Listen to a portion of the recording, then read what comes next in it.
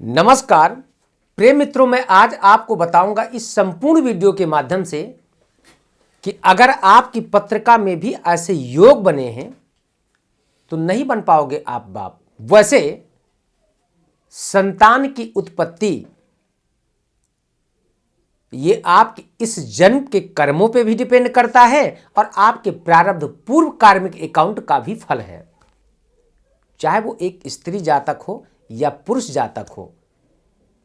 किसी स्त्री जातक की पत्रिका में अगर उसका D5 चार्ट और सप्तम भाव, D5 चार्ट जो होता है उसके संतान का स्थान होता है, सातवां घर जो होता है आपके कुंडली का वो आपके पति का भाव होता है।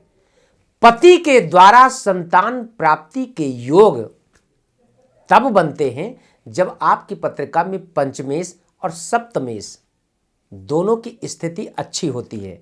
ऐसे स्थान पे अगर आपकी पत्रिका में किसी स्त्री जातक की पत्रिका में राहु 5वें घर में बैठा हो, शत्रु का हो, अतशत्रु का हो या नीच का हो, किसी भी अशुभ ग्रह से मेरे मित्र दृष्ट हो या युत हो, या आपके सप्तम स्थान पे सूर्य और बुध की युति हो। बहुत लोगों ने आपको बताया भी होगा कि आपकी पत्रिका में सूर्य बुधादित्य योग है, बहुत सुंदर योग है। बुध क्या है? बुध जो है ये 2 स्वभाव राशि का प्लैनेट्स है और ये एक नपुंसक ग्रह है। ऐसे जातक के अंदर नपुंसकता ज्यादा चांस होता है, जिसके कारण संतान उत्पत्ति के लिए सक्षम नहीं होता है। अगर पुरुष जातक की पत्रिका है, आपको अभी तक संतान नहीं योग बन पाया, शादी को 4 साल या 5 साल हो गया, तो आप अपनी पत्रिका को स्वयं चेक कर लें। क्या आपकी पत्रिका में D5 चार्ट पे कुंडली से 5वें घर में क्या केतु या राहु की युति है? किसी ऐसे अशुभ ग्रह की दृष्टि तो नहीं है, या आपकी पत्रिका में सूर्य और बुध का कोई ऐसा योग है जो दृष्ट हो या युत हो। ऐसे जातक के जीवन में नपुंसकता योग बनता है और ऐसे नपुंसक व्यक्ति दवा और दुआ दोनों का सहारा लेने के बावजूद भी संतान की उत्पत्ति नहीं कर पाते हैं। यहां तक कि आज के इस वैज्ञानिक युग में मैंने कई लोगों की कुंडली देखा, अभी 2-4 दिन पहले भी मैंने पत्रिका देखा, यूट्रेस्ट बेबी लेने के बावजूद भी, यानी IVF के द्वारा भी उनको संतान प्राप्ति के योग नहीं बन पाए।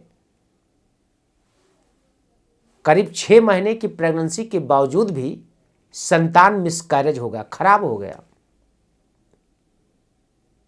यानी अगर आपकी पत्रिका में इस प्रकार से कोई ऐसा योग है तो कृपया इस वीडियो के माध्यम से मैं आपको बताना चाहूंगा कि पैसे आप अपने लाइफ में बर्बाद ना करें, वरना सिर्फ आपकी रखी हुई पूंजी मित्र जमा पूंजी बर्बाद होगी और संतान का सुख ना तो अब है ना आगे आपको प्राप्त हो पाएगा।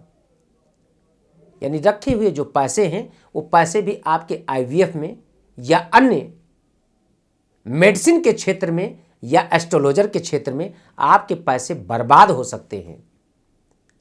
अब भी यहां पे एक प्रश्न है और कुछ मैं रास्ता आपको बता देता हूं। कहते हैं भाभ्यु मेट सके त्रिपुरारी, भगवान भोलेनाथ की कृपा हो जाए तो असंभव को भी संभव किया जा सकता है। कैसे? अगर आपकी पत्रिका में 5वें घर में, सप्तम में, पति की पत्रिका में या पत्नी की पत्रिका में अगर कुछ ऐसे प्लैनेट्स का प्रभाव है तो एक बार शिव अर्चा के द्वारा भगवान शिव को पंचामृत से अभिषेक करने के द्वारा, पंचगव्य से अभिषेक करने के द्वारा आप संतान रत्न की प्राप्ति कर सकते हैं। लेकिन यहां पे एक टर्म्स ऑफ कंडीशन श्रद्धा और विश्वास है। कई बार हम अनंत क्षेत्रों में अनंत अनंत क्रियाकलापों में धोखा खाते हैं। और धोखा क्या, जब आपके भाग्य में जो चीज़ है ही नहीं, भाई तैरना आप जानते नहीं, गंगा जी में कूद जाए, अब बोले मैं तो डूब गया, मेरे भाग्य में था, ये तो बेवकूफ़ों वाली बात है ना। जब आपको तैरना नहीं आता है तो आप कमर भर पानी में ही स्नान कर लें भाई। कोई ज़रूरी है कि गले तक जाएंगे तभी गंगा जी स्वीकार करेंगी? अरे जरा सा पैर उठ गया तो डूब ही तो जाओगे। जब आपको पता है कि आपकी पत्रिका में इस प्रकार से योग बना हुआ है तो क्या जरूरत है कि 5 लाख 6 लाख 10 लाख IVF में आप खर्चा कर दें? अगर कल्याण हो रहा है मित्र ना, तो छोटे से उपाय के द्वारा भी परमात्मा आप पे रीझ जाते हैं। परमात्मा की कृपा सिर्फ आपके धन और आपके शोहरत या दौलत पे नहीं, परमात्मा तो आपके भाव का भूखा है। अगर आपका भाव अच्छा है तो वो गुरु, वो परमात्मा दोनों एक है, वो आप पे कृपा तो कभी न कभी कर ही देंगे। महाराज चक्रवर्ती नरेश को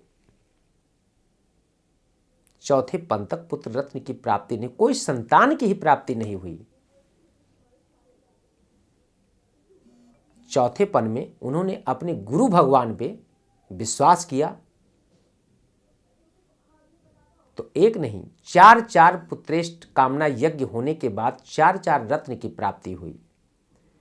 अगर आपके पत्रिका में इस प्रकार से कोई ऐसे भाव पीड़ित हैं तो आपको पिता बनने में बहुत मुश्किल है। लेकिन मैं कहता हूं अगर आपका प्रयास है, विश्वास है, तो परमात्मा की कृपा एक न एक दिन होती है और व्यक्ति को उसका लाभ भी मिलता है। अगर आपके जीवन में इस प्रकार से कोई समस्या है तो आप अपनी पत्रिका को मेरे द्वारा आप दिखा सकते हैं। मैं आपको बताऊंगा कि क्या संतान आपको होगा या नहीं होगा, क्या उपाय आपको ऐसा करना चाहिए जिससे आपके जीवन में इसका आपको लाभ मिल सकता है। तो आज के इस वीडियो में सिर्फ इतना ही। पुनः किसी अन्य विषय, अन्य टॉपिक को लेकर के मैं चर्चा करूंगा। तब तक के लिए नमस्कार, जय सिया राम। श्री सीताराम ट्रस्ट द्वारा अयोध्या दर्शन हेतु रहने और खाने की उत्तम व्यवस्था। एक बार सेवा का मौका जरूर दें। हमारा पता है श्री सीताराम सेवा ट्रस्ट, लव कुश नगर, रामघाट, अयोध्या जी, उत्तर प्रदेश।